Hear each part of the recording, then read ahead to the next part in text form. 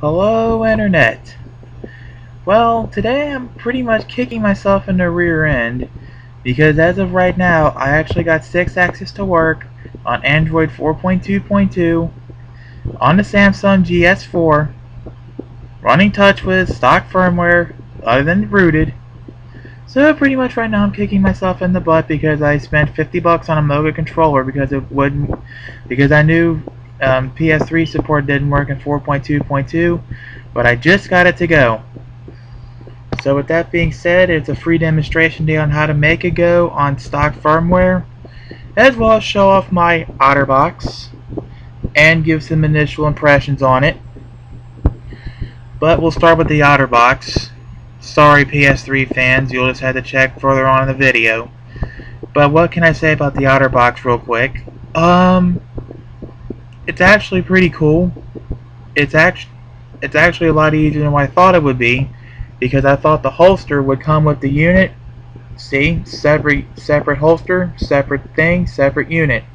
So that means I can use the stand that my dad got for me for graduation just fine. Yeah. So I'm glad there that that's all separate units. Instead of the screen protector being some kind of separate thing that you apply over the screen, it's actually part of the case.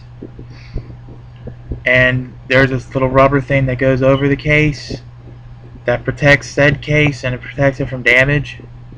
The bad news is that most likely because of the thicker case, it's not going to work in the Moga Pro, but we'll see if I can prove myself right or wrong here. But first, let me actually find a controller. Our Moga Pro.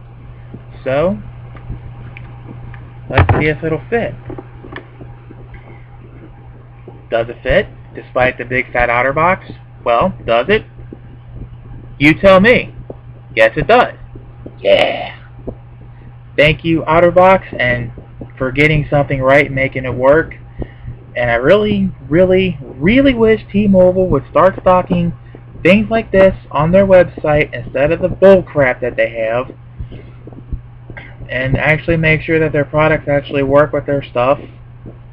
So now it's going to find a reliable stand like my Moga controller for my PS3 controller now, but oh well. If I can find something like the Moga stand that fits like it, that'd be great. But initial impressions of the Otter Box aside, I guess I'll come back in a week and see how everything goes, or we'll try 3 weeks just to see how everything goes and everything's stress tested. We'll see how everything goes, how well the GS4 holds up, how well the holster holds up. Because if I've said it before, I think I have on YouTube, that every time I get a holster, it wouldn't fit, I'd not use it anyway, or it would break. So, we'll see how this one goes. But now for the moment you've all been waiting for. PS3, GS4, Android 4.2.2, and you. First thing you want to do is actually get a USB on-the-go cable. You may or may not need this, but I got it anyway. Pretty much the only main thing I've seen so far with it being synced wired and wirelessly is the way the controller detects. Because in this regard, apps like, I think the Sixaxis app detects it, but I know for sure ePSXe detects it like this, and most of Robert Broglia's emulators will, as a Gamepad 0. However, there is an option to configure it as a Sony PS3 pad, but for whatever reason, especially in Robert Broglia's emulators, it'll always listen off a Gamepad 0 rather than the Sony PS3 controller, regardless of wired or wireless. But whatever, I'll show you all how it goes.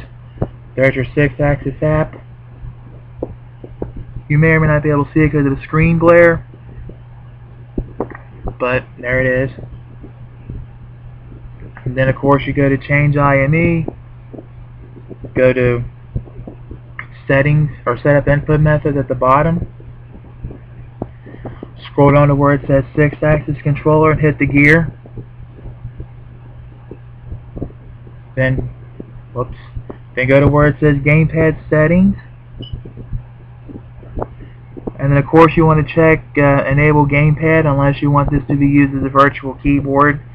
with keyboard input, which in my experience, I'm not sure with mobile devices, but I know on hardware, on a computer, it sucked. So yeah, because in this regard, I'm sure you all remember the chrono trigger, however you say it, the LRA thing where it wouldn't work on a regular keypad, but on a gamepad it would. But pretty much just tick the native Android gamepad and gamepad settings, you're pretty much good to go. So I'll give you a free demonstration on how everything works. As you can see, we're in SNES 9XEX Plus. So we're going to go to Input Device Setup, then Auto Detect Device to Setup. Now here's it's ready to find the input. Here's the Sixaxis controller. Ta-da! Gamepad 0. Despite the fact... Oh, wait a minute, it's not plugged in. Oh, well, let me go plug this in real quick, and I'll show you what I mean.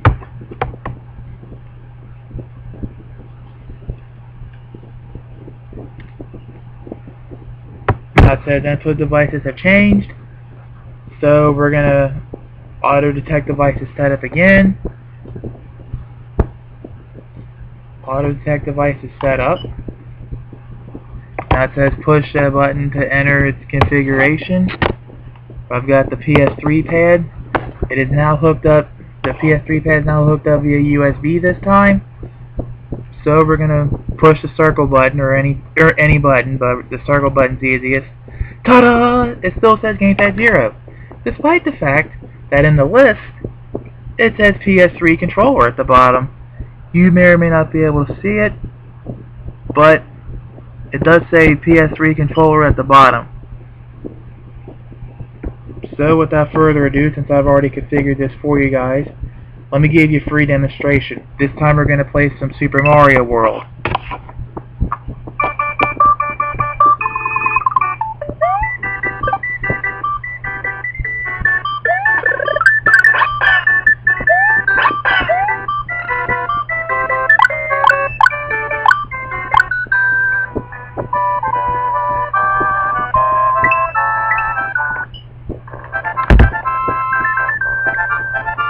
So we start a new game, you know how it goes.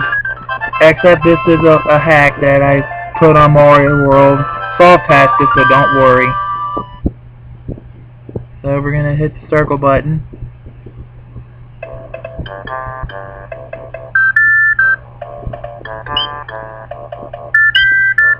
See, everything's working fluently. Okay, now for the big moment. Now we are in ePSXe for Android. So we're gonna run game, and the best game that I find that where you can test out your analog sticks and make sure they all work is Ape Escape, because it pretty much requires analog sticks. So we're gonna load up some Ape Escape. Let's give it a few minutes while it loads up. In the interim, you'll get to hear some impersonations like this. Da da da da da da da circus, da da da da da da da Afro circus, Afro circus, Afro polka dot, Afro. Dun dun dun dun dun dun dun dun dun dun dun dun dun dun dun dun dun. Hey, it's loaded. Well, mostly.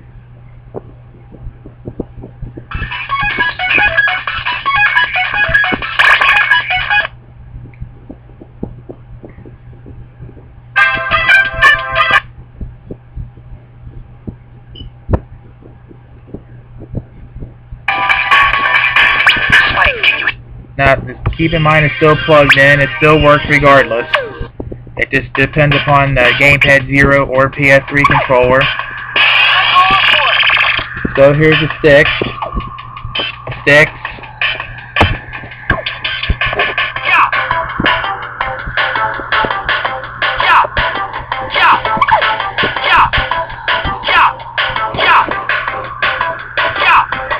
See? Working just fine. But one thing I don't get...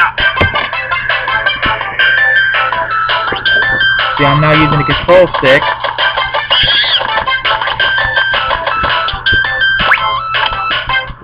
is that the camera wants to move regardless of the stick position.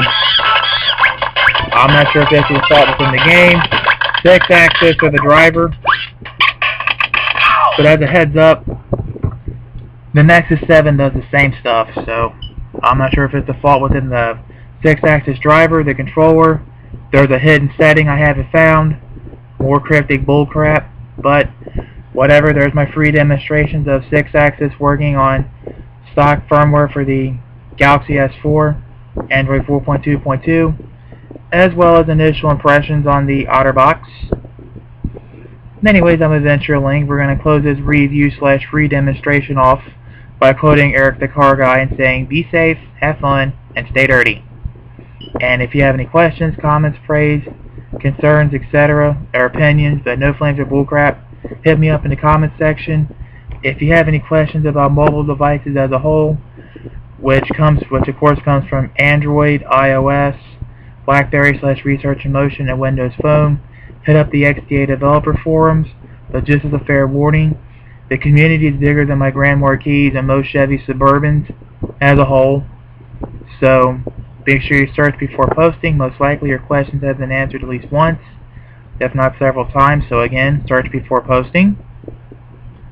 Thumbs up, thumbs down, subscribe, etc. You know where they're at and what they do. It's still kind of humid and warm outside, so stay cool and stay hydrated. Stay healthy. And don't forget to scan your spoo. Sometimes your pee slip. And remember, I'm bad, and that's good. I will never be good, and that's not bad, because there's no one I'd rather be than me. See you next time. Have a nice day.